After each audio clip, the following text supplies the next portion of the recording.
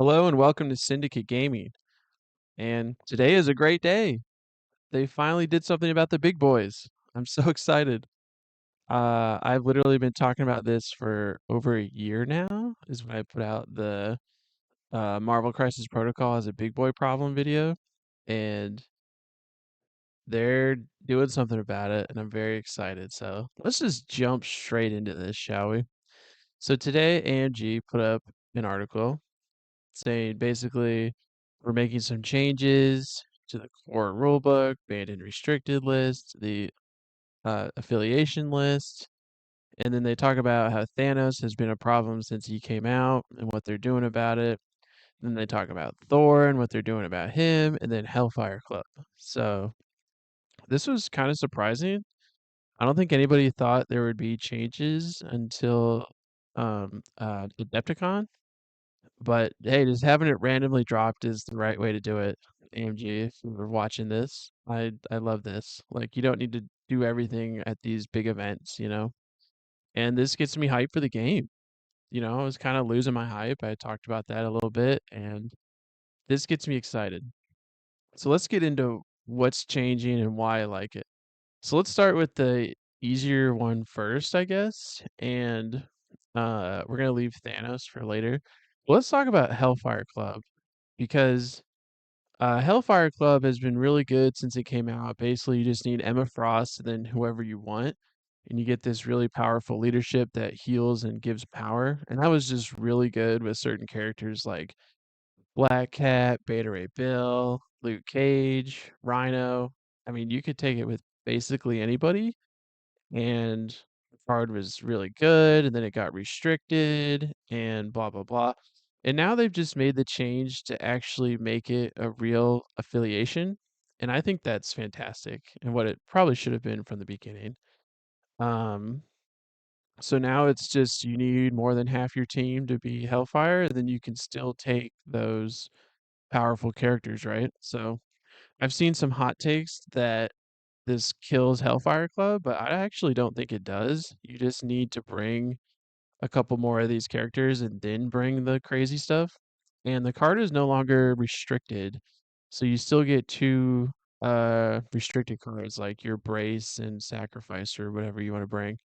So yeah, the list now has Angel, Archangel, Cassandra Nova, Magneto, Mr. Sinister, Mystique, Omega Red, Psylocke, Shadow King, Storm, and Sunspot.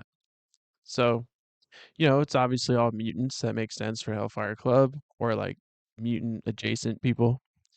And I've seen people just write this off already, but I actually really like this list because, my uh, limited knowledge of Hellfire Club in the comics is that it has everyone that's in the game that was in Hellfire Club, and then they added some more to make it work. But I like how it gives some maligned characters a new home. So, like Shadow King, he was previously only in the Brotherhood of Mutants, and he just like doesn't work there super well because like you'd want to use him with Magneto, but Magneto is a 6 threat, and then Shadow King is a 5 threat, so you're already at like 11 threat. But now you can take him with Emma and give him power and heal him. And I think Shadow King could be actually good here. Like, I know he still has some problems, but like, if you like him, this is probably the best way to do it now.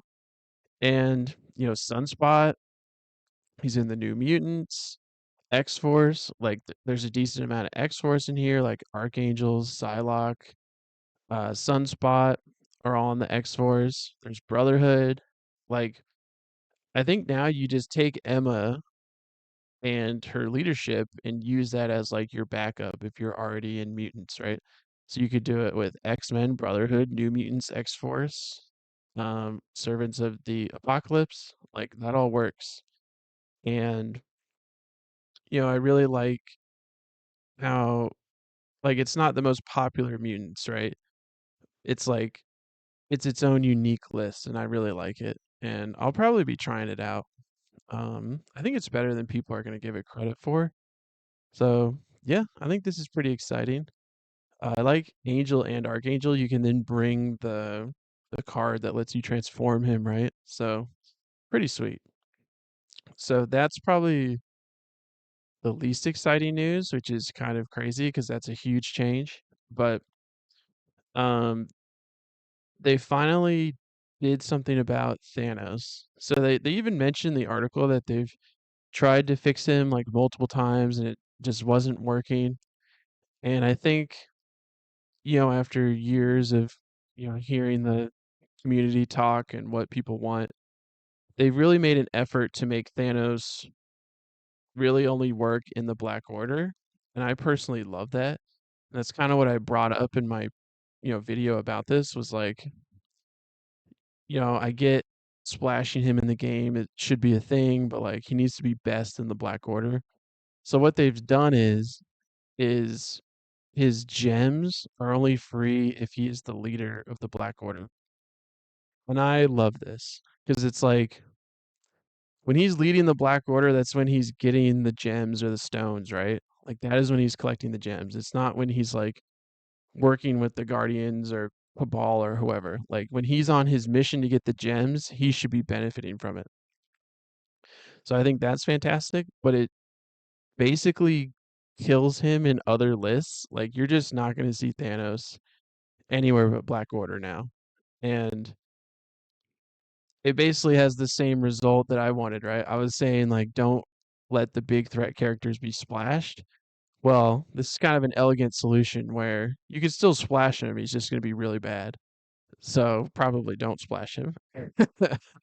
So, yeah, I think that's fantastic. They also nerfed him beyond that though. So his strike used to just be a wild throw. Now it's a wild hit. So it's definitely worse, but it's a little bit harder to get off. And as we'll see, they changed the reality gem as well, so he might not be as consistent.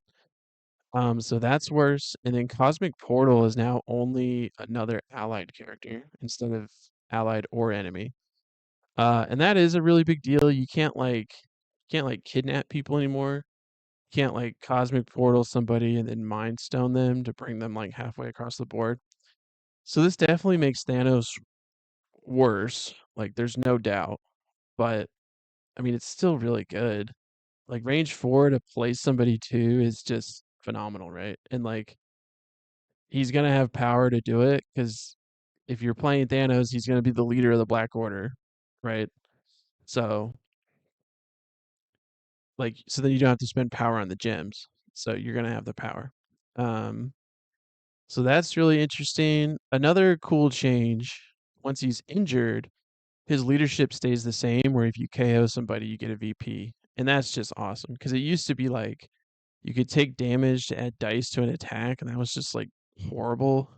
I think I saw it used once since I've started playing this game, and that's been like 4 or 5 years or whatever it's been. Um, yeah, so Thanos is definitely different, and I think we'll see the Black Order now, and that's really cool, right? It's like we never saw Black Order because Thanos was just better elsewhere. Well, now it's like if you want crazy Thanos, you have to play Black Order. So yeah, let's talk about the reality gem, and then we're gonna come back to this Pureless thing. So they changed the reality gem to now cost a power to use, and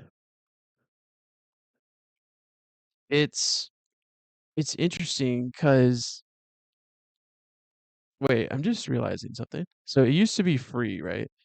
It was just um, once per attack, you would take a skull and make it a crit. Well, now it costs you a power. So for Thanos, it's the same, right? Like, am I missing something? I guess it doesn't work on crises anymore. It's only attack, defense, or dodge, right? But that's still like when he's using it. So it still seems really good on Thanos. Like I don't know why people are panicking. Um it's definitely worse on Corvus Glaive because he has to spend power to use it now, which is really bad. Like poor Corvus. Like he doesn't maybe you just take him without a gem now. Like I think that's interesting. especially now that Thanos is going to be in Black Order. Yeah, I don't know. But for Thanos, this is essentially the same, just not affecting Crisis, which is probably a good thing because that made him really consistent. And, we don't know everything about the new crises yet, but it seems like there's going to be, art, like there's already going to be ways to like buff your dice rolls when you're rolling for a crisis. So if you also had a reality gem, it might make it too consistent. So I wouldn't be as panicked about this as some people are, I've seen. Um, yeah. So now let's talk about Peerless. So they put this keyword or superpower Peerless in here, and it's just something that's in the core rulebook now. Like it's just one of the um like universal rules like stealth or healing factor or something like that. And what it says is if you're Peerless, you cannot be part of the same squad as another character with Peerless. So I also love that, right? Because it's like if you have Thanos, he's Peerless, right? Like he's not gonna work with Doctor Doom, right? Because Doctor Doom has to be coming at some point. Like I can see Doctor Doom being Peerless. I can see Dormammu being Peerless. Maybe Apocalypse being Peerless. Hopefully Hulk. But yeah, it's just another way to limit these big threat characters like working together and being like three wide. Because I think we've had enough of that, right? It's like the one Vegas tournament was like Hulk, Cosmic Ghost Rider. It's like if they both had Peerless, you couldn't be able to do that. So it's gonna depend on who they give Peerless to, because as we'll talk about Thor, he did not get Peerless. So it's not just gonna be like all six threats get Peerless. So yeah. Oh, and they mentioned the article as well that we're going to be getting new character cards soon. Uh will appear in the list of innate superpowers at the bottom of new character cards that are coming soon. So probably Adepticon. So that is like March 20th, something like that, around there. So another month. But right now, Peerless doesn't do anything because it's only on Thanos, and both characters have to have it. So then that makes me think like if you go to a tournament and you do the crises and you build your squads and you show your squad to your opponent, if you bring two characters with Peerless, do you just like lose the game? Do you have to give up one of the characters? Like I'm curious how that's gonna work because in the past if you like went over threat, like if you were 18 threat when you were supposed to be 17 threat, you had to get rid of a character to reach the threat, right? So I'm guessing you're just gonna have to get rid of one of your Peerless characters. So it's gonna be like definitely make sure you can't you don't bring two Peerless. It's worth noting that it's in the squad, so you could have two Peerless characters in your roster, but you can only bring one to the game. Awesome change. I love this. I'm so happy they're finally doing something about these big characters because I think people have had enough of it. All right, let's talk about Thor. So Thor has been a problem, not exactly since he came out, but like for a while now. In Asgard, he's starting to get splashed. Like he was used with Thanos, for instance. Like, yeah, he was a problem. And they nerfed him pretty hard. So what they did was they made his builder way worse. This used to be range 3, 7 dice. Now it's range 2, 6 dice. That is just a lot worse. Like range 2 to range 3 is literally double.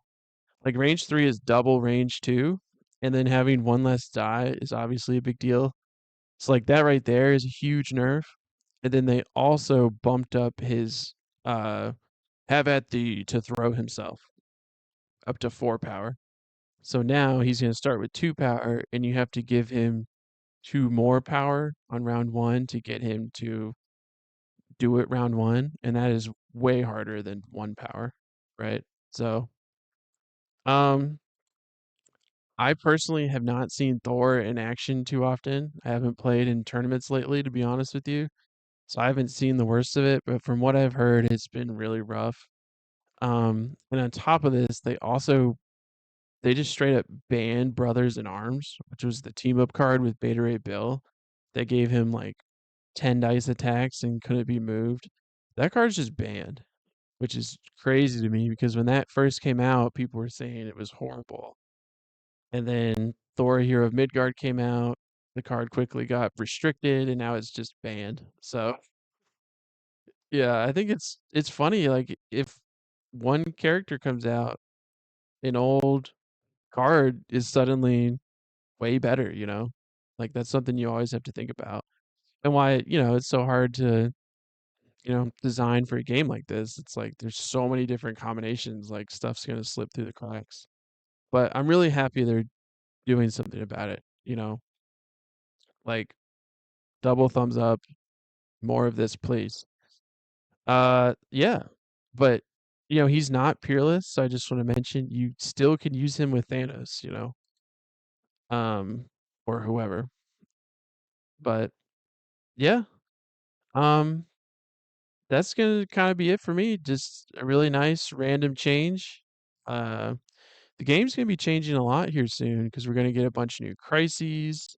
Like Will Schick and Ben have been going on podcasts talking about the new crisis cards and what they're doing to the game. Like they said, they're banning researcher. Like that's gonna help mitigate these big characters. So I'm really glad it's on their minds and being addressed. So, all right, guys. Thanks for watching. Make sure you subscribe. We're still super close to 500 subs. So, yeah, I'll see y'all on the next one, okay? See ya.